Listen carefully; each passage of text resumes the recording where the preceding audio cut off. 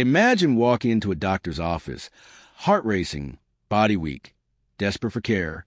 You trust a white coat, the stethoscope, the promise that medicine exists to heal. But what if, instead of healing, those hands saw you as an experiment?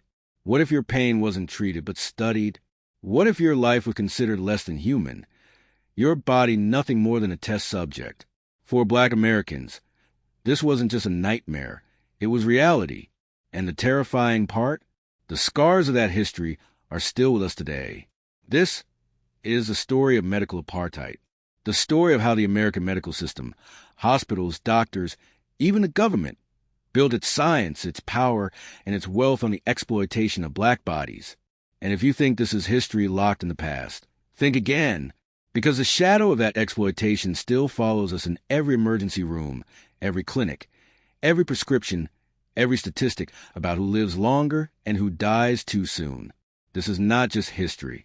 This is not just medicine. This is crime. A crime against humanity.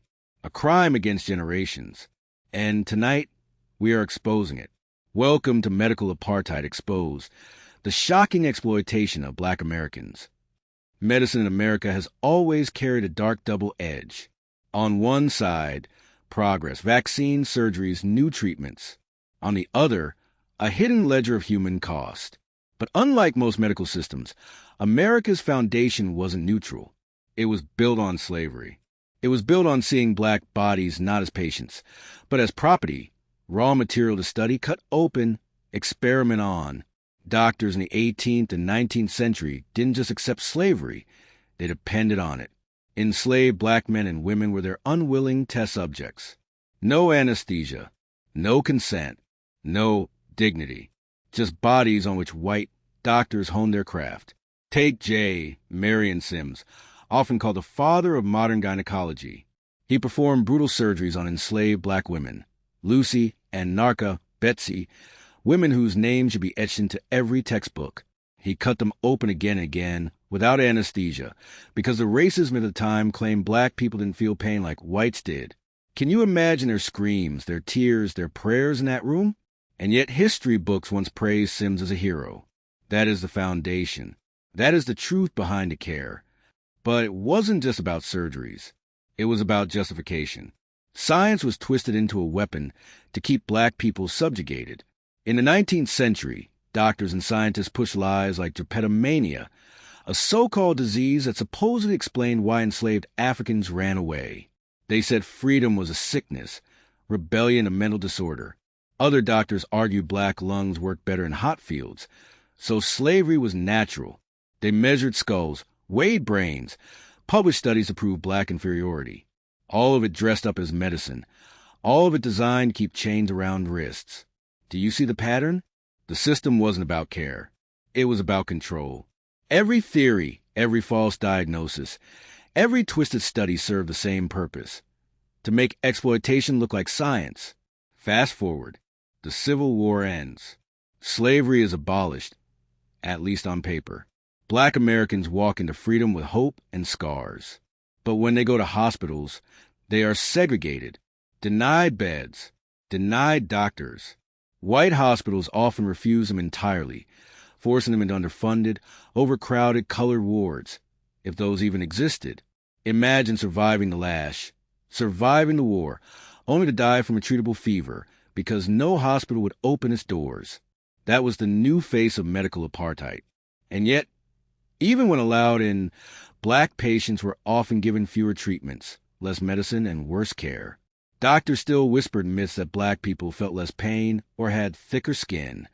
Myths that justified cutting corners. Myths that killed. Now, let's get to one of the darkest chapters. Tuskegee, 1932. The U.S. Public Health Service launched what they called a study on syphilis in Macon County, Alabama. Hundreds of Black men, poor sharecroppers, were told they were receiving free health care, free blood tests, free checkups, even free meals. In reality, they were being lied to. They had syphilis, but doctors refused to tell them, refused to treat them. Even after penicillin was discovered as a cure, the government let these men suffer just to see what would happen if the disease went untreated. For 40 years, these men and their wives and children carried the burden of a lie dressed as medicine. Some went blind. Some went insane. Many died. And the government called it research. Pause for a moment. Think of the betrayal. A white coat promising care, while holding a knife behind his back. This wasn't 1860. This wasn't slavery. This was the 20th century. But Tuskegee wasn't the end. In 1951, a black woman named Henrietta Lacks walked into Johns Hopkins Hospital in Baltimore with cervical cancer. She never knew that doctors took her cells without her consent. Those cells, the famous HeLa cells, became the foundation of modern medicine. Polio vaccine, cancer research, gene mapping, multi-billion-dollar industries, all from one woman's cells, taken without her family's knowledge, without a penny of compensation. Her descendants still struggle with poverty, while companies made fortunes. Once again, black body exploited, world profits, family forgotten. Now some of you may be thinking, but that was the past. Surely today it's different. But look closer. Even now, studies show black patients are less likely to receive pain medication in emergency rooms. Black mothers are 3 times more likely to die in childbirth than white mothers. Black children are less likely to get the same life-saving treatments. Even in 2023, algorithms used in hospitals underestimated the health risks of black patients because the data was biased. The codes never died. They just put on lab coats. This isn't just about numbers. This is about trust shattered. Imagine being told your grandmother's death was preventable if doctors had listened. Imagine knowing your pain is dismissed because of your skin. Imagine having to tell your children, be careful even in the hospital. Be careful even with the doctor. That is the weight of medical apartheid. That is the generational wound. If you're still with me, thank you. These truths are heavy. They are painful, but they are necessary, because silence is how injustice survives. If you want more stories like this, if you believe these stories must be told, please pause right now, hit that like button, subscribe to this channel, and share this video. Because the more voices we have, the harder it is for history to be erased again. Follow the money. Who gained from Tuskegee? From Henrietta Lacks? From unpaid labor in segregated hospitals? Who gains today when insurance denies claims, when companies patent treatments based on stolen cells, when hospitals overcharge in black neighborhoods? The answer is simple. The same machine that has always profited from exploitation. America's wealth is built on stolen bodies, first in chains, then in hospital beds. Here's the chilling part. Documents show the government and medical institutions knew much of this all along. Letters, memos, meeting notes. They knew the experiments were unethical. They knew the disparities were killing, but they stayed silent. They hid behind words like study and policy. But now leaks, investigations, and whistleblowers are bringing it into the light. And when the light shines, the truth is impossible to deny. So here's the question. If the system was willing to experiment on Tuskegee men, on Henrietta Lacks, on enslaved women, what else has been hidden? What other experiments, studies, or betrayals have yet to come to the surface? Because history shows us one truth. If they lied once, they will lie again. And somewhere deep in archives and sealed files, the rest of the story waits. And when those files are revealed, the world will have to ask, how much of modern medicine is built on crime? And who will be held accountable? The first clue comes not from a headline, but from whispers. Whispers of sterilizations carried out in state hospitals. Whispers of doctors funded by government agencies, signing off on procedures without consent. And when survivors began speaking out, the truth was undeniable. Medical apartheid had not ended. It had simply changed form. In the mid-20th century, while the world celebrated progress in medicine, black women across America were being targeted, not for care, not for healing, but for sterilization. Doctors in states like Mississippi, North Carolina, and Alabama performed hysterectomies on young black women, sometimes teenagers, without their knowledge or consent. They called it the Mississippi appendectomy. Imagine walking into a clinic for stomach pain and leaving without the ability to ever have children. That was a reality. Entire generations robbed. Families broken before they were even formed. And who signed off? state governments, federal programs, all under the language of population control. The same system that once said black women were fit only for breeding on plantations now claimed their bodies were unfit for reproduction and freedom. The chains had shifted. The crime had not. But it wasn't just hospitals. The prison walls tell their own story. In the 1960s and 70s, pharmaceutical companies and medical schools poured money into prisons. Why? Because prisoners, overwhelmingly black men, were considered expendable. They became guinea pigs for everything from cosmetics to radiation to dangerous new drugs. At Holmesburg Prison in Philadelphia, black inmates were lined up, injected, smeared, and cut for medical trials. Skin blistered from chemical burns. Eyes went blind. Some men carried scars for life. And when lawsuits finally dragged the truth out, the companies shrugged. To them, these men were subjects, not humans. Think about it. Freedom stolen once through slavery, again through Jim Crow, and then again through a cell. And inside that cell, your body no longer yours, just another experiment in the ledger of medical apartheid. You'd think America would have learned. But during the Cold War, the experiments only escalated. The U.S. government secretly funded radiation studies on poor black patients, telling them they were receiving treatment. Instead, they were injected with plutonium, exposed to cancer-causing rays, used as human test dummies for nuclear science.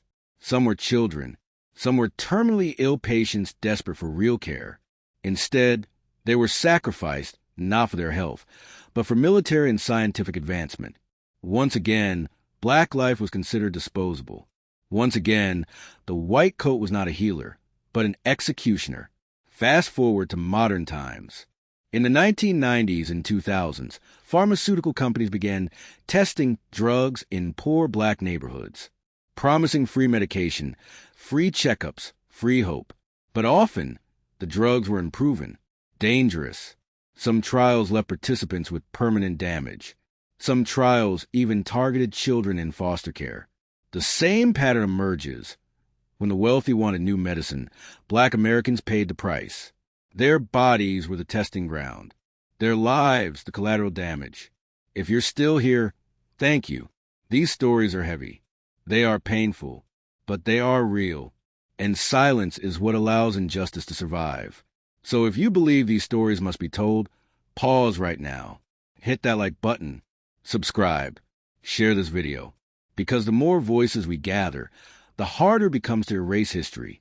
Together, we are keeping the truth alive. But the story doesn't end with experiments. It continues in the delivery room. Today, black mothers in America are 3 times more likely to die in childbirth than white mothers. 3 times. With all of America's technology, all of its hospitals, all of its resources, black women still die at rates worse than some developing nations. Why? Because when black women say, "I'm in pain," too many doctors don't believe them. Because systemic racism means fewer resources for black communities. Because bias is written into the system itself. And every lost mother is another scar in the ongoing story of medical apartheid. Now the betrayal has gone digital. In 2019, studies revealed that hospital algorithms, computer programs designed to predict which patients need care, were biased. They consistently underestimated the health risks of black patients compared to white ones. Why? Because the data used was already poisoned by racism. The machine simply automated injustice. Think about that. Even in the age of artificial intelligence, the old codes, the slave codes, the Jim Crow codes, the apartheid codes have found new disguises. Not on paper, not on signs, but in lines of code. The same lie dressed in new technology. At the heart of all these stories is not just science, but betrayal. Imagine being told the doctor will help and realizing the doctor sees you as a specimen. Imagine knowing your grandmother's cancer cells built billion-dollar industries while her family was left with medical bills. Imagine discovering that your father's prison scars came not from violence, but from experiments signed off by a medical school. That is the wound. That is the inheritance of black America. Not just mistrust, but a history that proves that mistrust is justified. Here's the question that haunts us. If Tuskegee was exposed, If Henrietta Lacks was uncovered, if sterilizations, prison trials, and radiation experiments came to light, what still remains in the dark? What files are still locked in government cabinets? What experiments were covered up? Because history shows one undeniable truth. If they lied once, they will lie again. And if part of modern medicine is built on crime, then every pill, every vaccine, every treatment demands accountability, demands a reckoning. But will America ever face it? We've seen the surgeries without anesthesia, the lies of Tuskegee, the theft of Henrietta's cells, the sterilizations, the prison scars, the radiation burns, the biased algorithms. But the story isn't finished, because whispers say there are more cases, global cases, experiments conducted abroad in Africa and the Caribbean, where black lives were even cheaper in the eyes of the powerful. If Tuskegee was possible in Alabama, what was possible in Nigeria? In Jamaica? In South Africa? What did the pharmaceutical giants test where no headlines could reach? That's where we go next. We will uncover the global reach of medical apartheid, because the truth is bigger than America. The truth is international. And if we don't bring it to light, it will happen again. The story we've just uncovered is not just history. It's not just medicine. It's a mirror that forces us to look at ourselves, at America, at the systems we trusted, and at the lies that have been dressed in white coats for centuries. From the screams of enslaved women cut open without anesthesia, to the silent suffering of Tuskegee men denied treatment, to the stolen cells of Henrietta Lacks, to the sterilizations, prison experiments, and biased algorithms of today, every chapter points to one truth. The exploitation of black bodies has been baked into the DNA of American medicine. And yet, here's the paradox. Medicine heals. It saves. It brings life where there was death, hope where there was despair. So the real question is this: how can something designed to heal become a tool of harm? The answer is power. When medicine is controlled by systems built on racism, it becomes a weapon. When healing is tied to profit, it becomes exploitation. And when silence covers crime, history repeats itself. I believe the greatest danger we face is not ignorance of the past, but denial of the present. Too often, when these stories are told, people say, "That was then, things are different now." But statistics prove otherwise. Black mothers still die at 3 times the rate of white mothers in childbirth. Black patients are still denied adequate pain medication. Black communities still face shorter life expectancies. If the past was chains, the present is shadows, invisible, but no less deadly. And if we don't confront it, if we don't name it, if we don't demand change, then the next generation will inherit not healing, but harm. So what we do? How do we dismantle a system that has centuries of history behind it? Here are a few truths that I believe can guide us. We must tell the truth loudly. Silence is a soil where injustice grows. Stories like Tuskegee, Henrietta Lacks, and forced sterilizations must be taught in schools, in medical training, and in public conversations. Because when truth is buried, injustice flourishes. We must demand accountability. Hospitals, universities, and pharmaceutical companies that profited from exploitation must acknowledge their crimes, not with words alone, but with reparations, investment in black communities, and changes in policy that ensure equity. We must train better doctors. Medical schools must dismantle racist myths about black pain, black bodies, and black health. Doctors must be taught cultural competency not as an option, but as a necessity. Healing cannot exist without respect. We must watch the algorithms. As medicine moves into the digital age, bias is no longer just in doctors' hearts. It's in computer code. We must hold tech companies accountable for fair, transparent, and unbiased systems. Otherwise, the future will simply repeat the past with faster efficiency. We must empower black communities. Healthcare cannot only be top-down.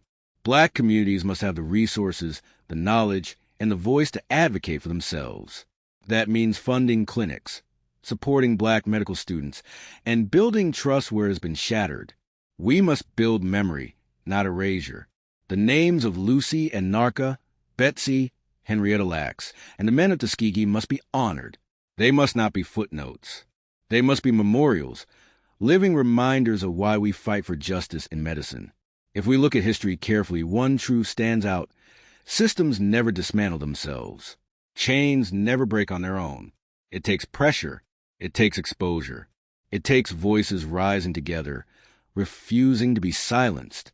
The story of medical apartheid teaches us that power unchecked will always exploit the vulnerable. But it also teaches us something else. Truth has a way of breaking through. Whistleblowers, survivors, families who refused to stay quiet, journalists who dug through files. All of them kept the flame alive. And now, in this moment, it's our turn with the tools of the internet. With platforms like this channel, we can amplify the truth louder than ever before. We can make sure these stories reach millions, not just dozens. We can ensure the next generation sees not just the crimes, but the fight against them. If this story has moved you, if it has opened your eyes, if it has shaken your trust, but also strengthened your resolve, then I ask you to do something right now. Hit that like button, not for me, but for the survivors whose voices were silenced. Subscribe to this channel, because the fight for truth doesn't end here. There are more stories, more files, more hidden truths waiting to be uncovered. Share this video with someone you know, because awareness is a first step toward change. And let me tell you, the next story we uncover may be the biggest one yet. We are not done. We are only just beginning. Imagine this. A future where a black mother walks into a hospital and receives the same care, the same attention, the same respect as anyone else. A future where a black child grows up not afraid of bias in the ER, but confident that medicine exists to heal, not harm. A future where trust is rebuilt, where truth is taught, and where no body is exploited for profit ever again. That future is possible, but it will not happen by accident. It will only happen if we refuse to look away, if we carry these stories, if we demand better, if we build systems of accountability, justice, and equity. And it starts with us. Here now, today, medical apartheid is not just a stain on history.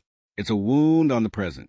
But wounds can heal with truth, with justice, with relentless pressure for change.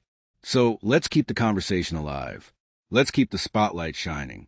Let's make sure that when the next files are revealed, when the next hidden story comes to light, the world is ready to face it.